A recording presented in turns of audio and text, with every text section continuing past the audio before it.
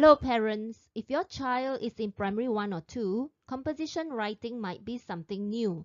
Does your child know how to write a composition? Let's take a look at the composition framework for lower primary.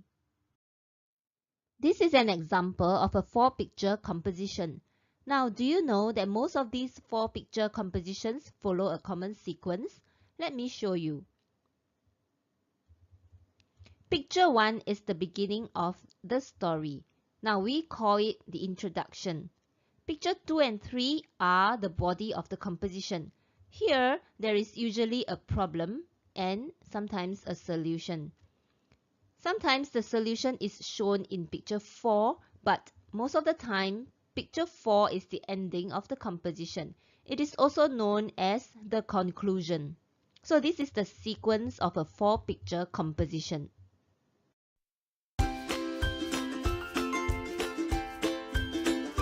Now let us take a look at the different parts of the composition framework one at a time.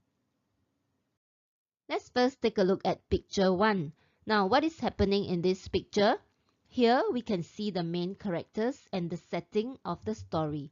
As mentioned earlier, picture 1 is the introduction, or what we call the beginning of the story.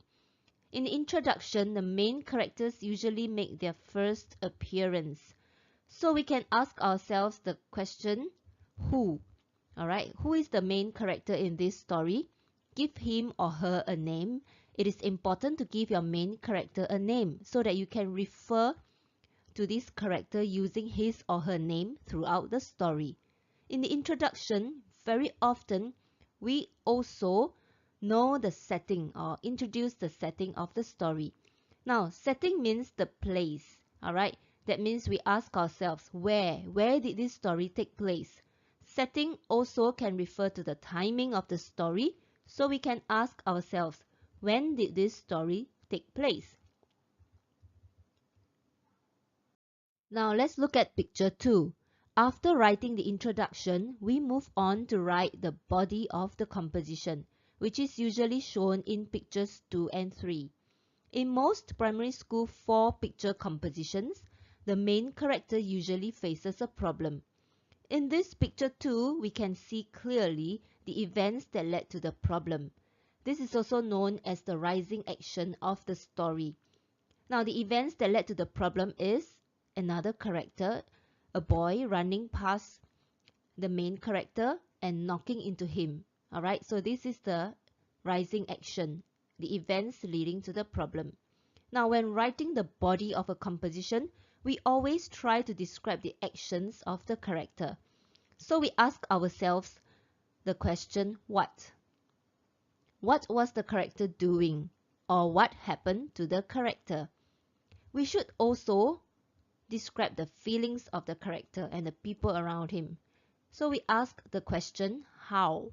How did the character feel? How did the people around him feel? So we focus on actions and feelings when we are writing the body of our composition. Let's move on to picture 3. Picture 3 is still part of the body of the composition, and this is usually the most exciting part of the story. We call it the climax. Here, the character usually faces a problem. We can describe the actions of the character. Alright, so we ask ourselves, what happened to the character, or what was the character doing? What is the problem in the story? Again, we should also describe the feelings of the character and the feelings of the people around him. So once again, we ask the question, how? How did the character feel? How did the people around him feel? Focus on actions and feelings again in picture 3. After writing the body of the composition, we come to the conclusion or the ending of the story. Now, picture 4 shows the ending of our story.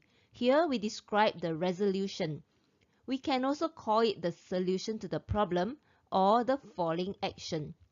Here we focus on these two questions too. What and how? The what refers to the actions of the characters. What did the characters do to solve the problem? And the how refers to the feelings of the characters. How did the main character feel? How did the people around him feel? Once the problem is solved, the story will be coming to an end.